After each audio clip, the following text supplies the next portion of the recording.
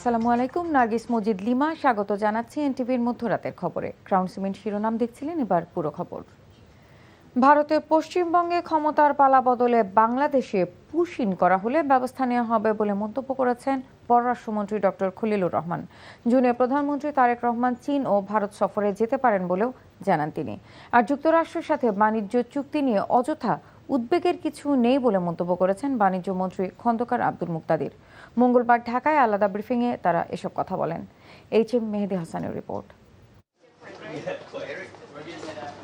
সচিবালয়ে যুক্তরাষ্ট্রের দক্ষিণ ও মধ্য এশিয়া বিষয়ক সহকারী বাণিজ্য প্রতিনিধি ব্রেন্ডন লিঞ্চের সঙ্গে বৈঠক করেন বাণিজ্য মন্ত্রী। পরে যুক্তরাষ্ট্রের সাথে বাংলাদেশের বাণিজ্য চুক্তি নিয়ে সাংবাদিকদের প্রশ্নের উত্তরে বলেন, এ চুক্তি বর্তমান সরকার করেনি, আর চাইলেই ইচ্ছে মতো বাতিলও করা যাবে না। জানান, চুক্তির কোনো ধারা দেশের স্বার্থ পরিপন্থী হলে তা সংশোধনের সুযোগও সেই চুক্তির মধ্যেই রয়েছে। এ নিয়ে উদ্বেগের কিছু নেই। এই চুক্তিটা একটা বাস্তবতা, এটা আমরা ইনহেরিট করেছি, উত্তরাধিকার সূত্রে পেয়েছি। আমাদের কাছে যদি কোনো সময় মনে হয় যে এই চুক্তির কোনো একটি ধারা বা একাধিক ধারা যেটি বাংলাদেশের স্বার্থের অনুকূল না, সেটাকে কারেক্ট করার প্রভিশনও এই চুক্তির মধ্যেই আছে। সুতরাং এটি নিয়ে অহেতুক আপনাদের চিন্তান্বিত হওয়ার বা আতঙ্কিত না হওয়ার জন্য আমি অনুরোধ করব। আর রাষ্ট্রীয় অতিথি ভবন পদ্মায় সফররত মার্কিন প্রতিনিধি দলের সাথে বৈঠক করেন পররাষ্ট্রমন্ত্রী। পরে সাংবাদিকদের প্রশ্নের জবাবে তিনি বলেন, ভারতের পশ্চিমবঙ্গে ক্ষমতার পালাবদলে বাংলাদেশে পুশ ইনের ঘটনা ঘটলে পাল্টা ব্যবস্থা নেওয়া হবে। বাংলাদেশের চুক্তিটি যখন পাঠ করবেন তখন ইন্দোনেশিয়া, ভিয়েতনাম, কম্বোডিয়া, অন্যান্য যারা চুক্তি করেছে তাদেরটা পাশে নিয়ে পাঠ করলে পরে আপনি জিনিসটা ভালো করে বুঝবেন। দেখুন, পশ্চিমবঙ্গে এখনও সরকার প্রতিষ্ঠিত হয়নি এবং তারা কি ভাবছেন, কি করবেন, সেটা তারা যদি না জানান, তাদের মাইন্ড রিড করার কাজ আমার না।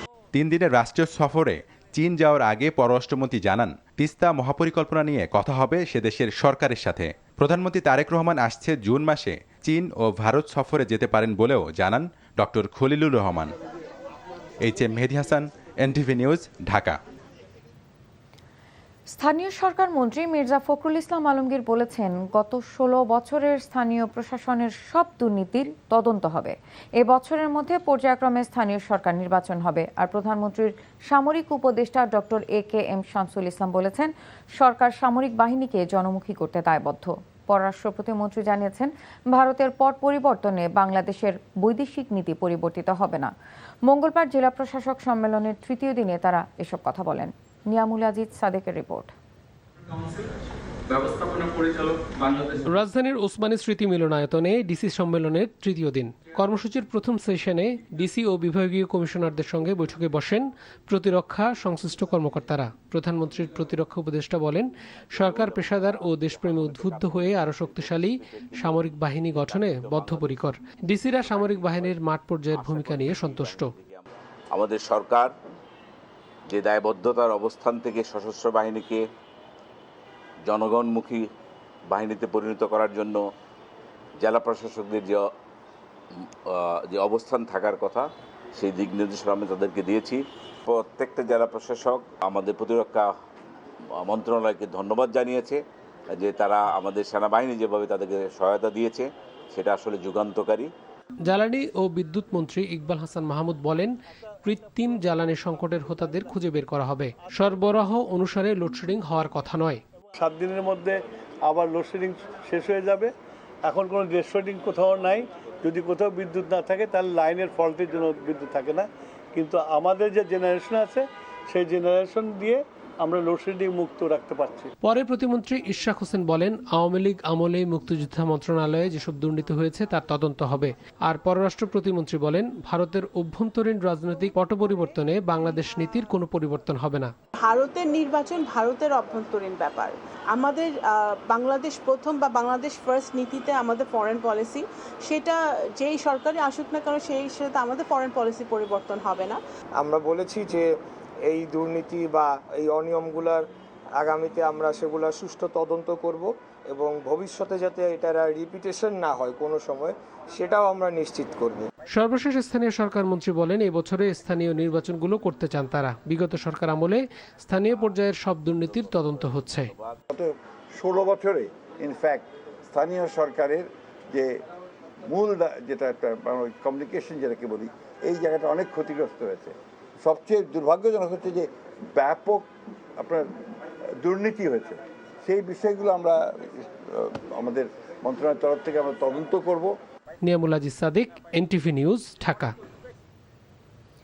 প্রধানমন্ত্রী তারেক রহমানের কাছে 2021-22 অর্থ বছরের অডিট রিপোর্ট জমা দিয়েছেন মহা হিসাব নিরীক্ষক ও নিয়ন্ত্রক মোহাম্মদ নুরুল ইসলাম। মঙ্গলবার সচিবালয়ে প্রধানমন্ত্রীর দপ্তরে এই অডিট রিপোর্ট জমা দেওয়া হয়। সরকারের 17টি মন্ত্রণালয় ও বিভাগ এবং এর আওতাধীন বিভিন্ন অধিদপ্তর, দপ্তর, প্রতিষ্ঠান ও প্রকল্পের ওপর প্রস্তুতকৃত মোট 38টি কমপ্লায়েন্স ও পারফরম্যান্স অডিট রিপোর্ট জাতীয় সংসদে উপস্থাপনের পূর্বে প্রধানমন্ত্রীর কাছে হস্তান্তর করা হয়েছে। এ সময় সরকারের বিভিন্ন প্রকল্পের উদ্দেশ্য অর্জিত হচ্ছে কিনা সে বিষয়ে স্বচ্ছতা ও জবাবদিহিতা নিশ্চিতে কমপ্লায়েন্স অডিটের পাশাপাশি পারফরম্যান্স অডিট সম্পাদনের ওপর গুরুত্বারোপ করেন প্রধানমন্ত্রী। জনগণকে বিভিন্ন সেবা প্রদানের উদ্দেশ্যে সরকারি অর্থ ব্যয়ের ক্ষেত্রে স্বচ্ছতা ও জবাবদিহিতা নিশ্চিতের নির্দেশনা দেন তারেক রহমান। রাজধানীর মতিঝিলের শাপলা চত্বরে গণহত্যার 13 বছর আজ। হেফাজতে ইসলামের সমাবেশে হত্যাকাণ্ডে ঢাকায় 32 জন সহ নারায়ণগঞ্জ, চট্টগ্রাম ও কুমিল্লা মিলিয়ে 58 জন নিহতের বিষয় নিশ্চিত হয়েছে প্রসিকিউশন। মিলেছে তাদের পরিচয়ও। মঙ্গলবার আন্তর্জাতিক অপরাধ ট্রাইব্যুনালে এক প্রেস ব্রিফিংয়ে এ তথ্য জানান চিফ প্রসিকিউটর মোহাম্মদ আমিনুল ইসলাম। এই ঘটনায় করা মামলার তদন্ত প্রায় শেষ পর্যায়ে। তৎকালীন সরকার প্রধান শেখ হাসিনা সহ 30 জনকে অভিযুক্ত করে প্রতিবেদন দাখিলের প্রস্তুতিও চলছে বলে জানান চিফ প্রসিকিউটর। 2013 সালের 5 মে মতিঝিলের শাপলা চত্বরে হেফাজতে ইসলামের মহাসমাবেশে এক নারকীয় হত্যাযজ্ঞ চালায় তৎকালীন আওয়ামী লীগ সরকার। 7 জুন বিচারপতি গোলাম মুর্তজা মজুমদারের নেতৃত্বাধীন ট্রাইব্যুনাল 1-এ এই মামলার প্রতিবেদন দাখিলের জন্য দিন ধার্য হয়েছে। সব মিলে আমরা এই পর্যন্ত প্রায় 58 জনের নিহত হওয়ার ঘটনা আমরা শনাক্ত করতে পেরেছি। তাদের পরিচয় আমরা পেয়েছি। কয়েকজনের পোস্টমর্টেম রিপোর্ট তৎকালীন সময় হয়েছে, অধিকাংশ হয়নি, এবং তাদের পরিবারের, নিহতদের পরিবারের সদস্যদের সাথে কথাবার্তা হয়েছে। সব কিছু ইতিমধ্যে আমাদের তদন্ত কাজ প্রায় শেষ পর্যায়ে। শাপলা চত্বর হত্যাকাণ্ডকে বৈধতা দেয়া কুশীলবদের চিহ্নিত করে দৃষ্টান্তমূলক শাস্তির দাবি জানিয়েছেন খেলাফত মজলিসের আমির মামুনুল হক। মঙ্গলবার রাজধানীর শাহবাগে জাতীয় জাদুঘরের নলিনীকান্ত ভট্টশালী মিলনায়তনে আয়োজিত শাপলা চত্বরের ঐতিহাসিক আন্দোলনের অজানা বাস্তবতা ও দলিল ভিত্তিক তথ্যচিত্র প্রদর্শনীর উদ্বোধন অনুষ্ঠানে তিনি একথা বলেন। তিনি বলেন, শহীদদের আত্মত্যাগ জাতির সামনে তুলে ধরতে হবে। মামুনুল হক বলেন, ফ্যাসিবাদী আওয়ামী লীগ সরকার এই ঘটনাকে ভিন্ন খাতে নেয়ার চেষ্টা করেছিল। হেফাজতে ইসলামের আন্দোলনে শহীদ ও আহতদের পরিবারের পাশে থাকতে সরকারের প্রতি আহ্বান জানান তিনি। আগামীকালও সকলের জন্য উন্মুক্ত থাকবে এই চিত্র প্রদর্শনী। দুর্ভাগ্য আমাদের যে এখনো আমাদের জানার বাইরে, আমাদের তথ্যের বাইরে, আমাদের কাছে সংরক্ষিত ডকুমেন্টস এবং দলিলাদির বাইরে অনেক শহীদ রয়ে গিয়েছেন। এখনো পর্যন্ত আমরা যাদের তথ্য উদ্ঘাটন করতে পারিনি। রাষ্ট্র তার সকল শক্তি দিয়ে চেষ্টা করেছিল শাপলার শহীদানদের ইতিহাসকে, তাদের প্রমাণাদিগুলোকে মুছে ফেলতে, এবং তারা সবভাবে সেই প্রমাণ মুছে ফেলার সমস্ত কার্যক্রম পরিচালনা করেছে। তিতুমির কলেজের ছাত্রী হলে রাজনীতি নিষিদ্ধের দাবিতে সরব হওয়ায় 3 শিক্ষার্থীর হলের সিট বাতিল করেছে কলেজ প্রশাসন। মঙ্গলবার রাতে ছাত্রী হলগুলোতে জাতীয়তাবাদী ছাত্রদলের কমিটি গঠনকে কেন্দ্র করে এ ঘটনা ঘটে। ঘটনার পরপরই ক্ষুব্ধ শিক্ষার্থীরা হল থেকে বের হতে চাইলে তাদের বাধা দেওয়া হয় বলে অভিযোগ ওঠে। হলের গেট বন্ধ করে রাখা হয়। পরে তালা ভেঙে তারা ক্যাম্পাসে প্রবেশ করে বিক্ষোভ শুরু করে। এ সময় কলেজের মূল ফটকও বন্ধ করে রাখা হয়। বিক্ষোভকারী ছাত্রীরা সিট বাতিল হওয়া শিক্ষার্থীদের পুনর্বহাল ও ছাত্রী হলে সব ধরনের ছাত্র রাজনীতি নিষিদ্ধের দাবি জানান।